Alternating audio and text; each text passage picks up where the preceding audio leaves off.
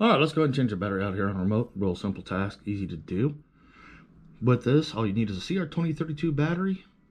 We will need to remove the emergency key blade out. If you got something attached to it, that's fine. Emergency release right here. We're going to use our fingernail. Pull it. And when we pull it, you're going to look right down here in the corner. You got a little indentation. You can actually take your key blade, put it right in there, and when you do, you're going to lift up, and you notice how it cracked open.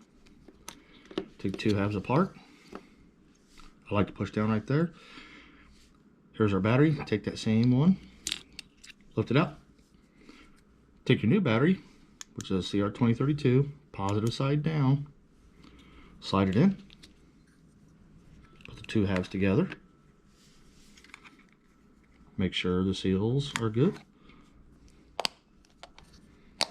Hey, if you would, if this helped you, give me a thumbs up. Thanks again for watching. Let's be safe out there.